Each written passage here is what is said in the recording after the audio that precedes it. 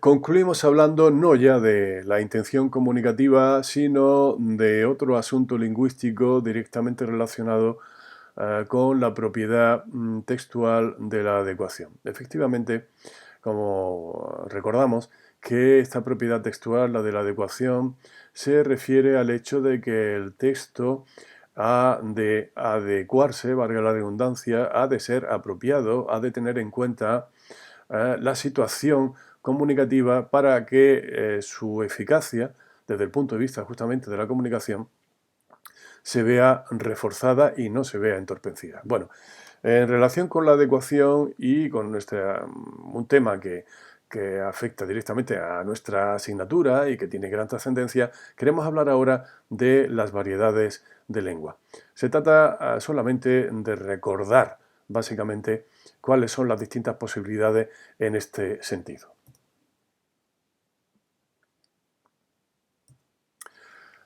Hablamos de las variedades de lengua. Las variedades de lengua son las distintas formas de usar la lengua, para entendernos, las distintas formas de hablar en un sentido amplio en el que incluiríamos también la escritura, ¿verdad? Hay distintas formas de usar una misma lengua, no lo olvidéis. Se trata de la misma lengua que, dependiendo de determinadas circunstancias, se usa de una manera o de otra. Se habla de una manera o de otra dependiendo de distintos factores. ¿Cuáles son estos factores que influyen a la hora de que se hable de una manera u otra la misma lengua? Son factores de carácter geográfico, es decir, hay variedades de lengua geográficas, se habla de distinta manera, dependiendo, la misma lengua, insisto, la misma lengua, no lenguas distintas, hablamos de la misma lengua se habla de manera distinta dependiendo de la zona geográfica.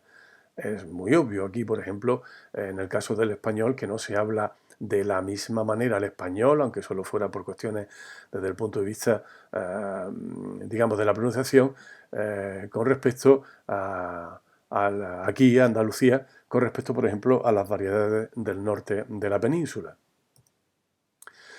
Hay también causas de tipo social. Efectivamente, no se habla de la misma manera en todos los estratos y estamentos sociales, entre otras cosas porque debido a la distribución social y a las características del sistema socioeconómico, pues el acceso al conocimiento de la lengua difiere de un grupo social a otro.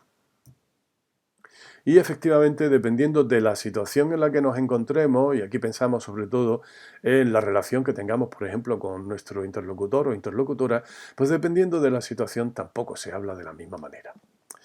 Vamos a ver cómo se llaman cada una de estas variedades posibles. Tienen un nombre así específico, ¿no? Un término específico de la asignatura de lengua. Las variedades geográficas se las llama variedades diatópicas, día diferente, topos lugar, de diferentes lugares. A las variedades sociales se las llama variedades diastráticas, día diferente, estrato social. Y a las de situación se las llama variedades diafásicas, diferente, fásicas, fase de diferentes fases, diferentes situaciones. Bien, a las variedades de lengua geográficas o diatópicas, es decir, a las distintas formas de hablar una lengua dependiendo de la zona geográfica, las llamamos dialectos. No confundáis el dialecto con una lengua distinta. Efectivamente, hay distintos dialectos del castellano, los dialectos de la zona septentrional, del norte, los dialectos de la zona del sur, entre los que incluimos la habla andaluza.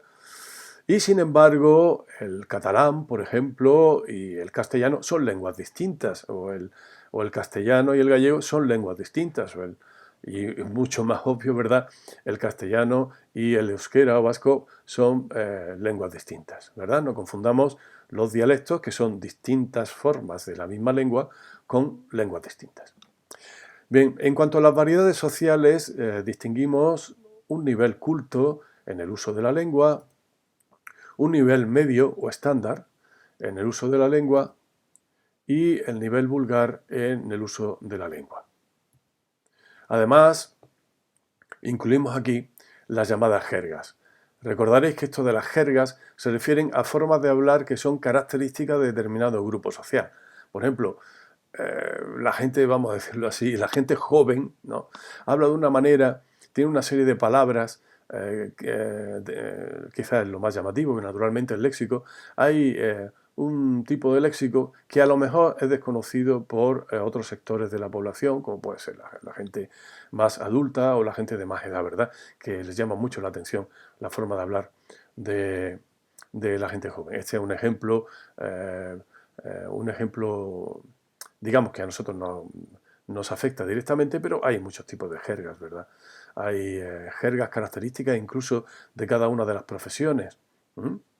Bien, quiero llamaros la atención sobre que estos niveles de lengua, estas diferencias de diferentes formas de hablar que tienen que ver con la sociedad, con la procedencia social del hablante, estos tres primeros que hemos citado, el culto, el medio y el vulgar, tienen que ver con los niveles de cultura lingüística.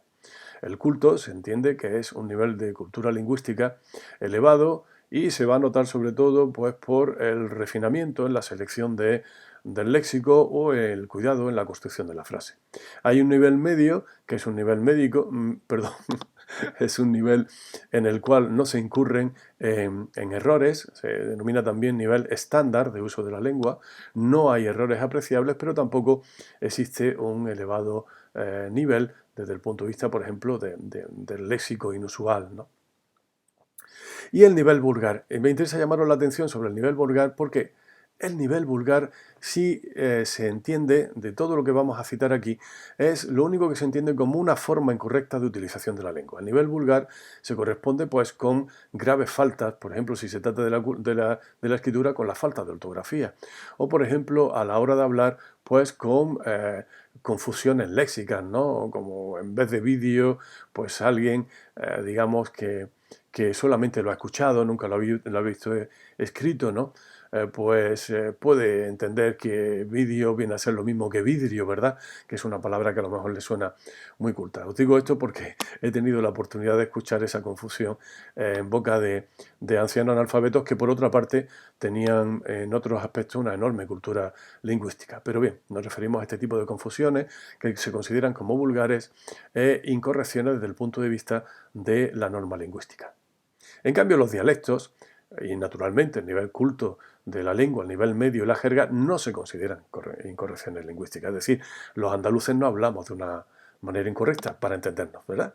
No hablamos de una manera incorrecta en comparación con la forma de hablar del norte, no necesariamente. Pero sí se puede hablar vulgarmente, aunque sea uno de Valladolid o sea de Córdoba. En la situación hay fundamentalmente dos posibilidades. Una forma de hablar, vamos a ver, valga la redundancia, una forma de hablar formal y una forma de hablar informal que también se llama coloquial.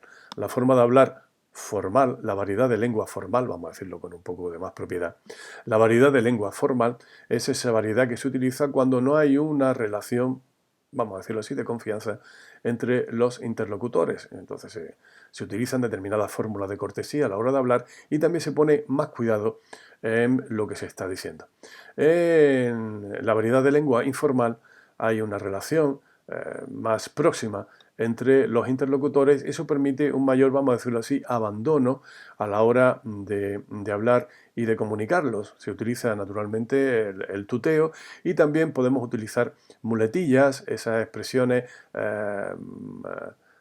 que no tienen un significado muy preciso y que en algunas personas pues, son muy características, ¿verdad?, de su forma de hablar.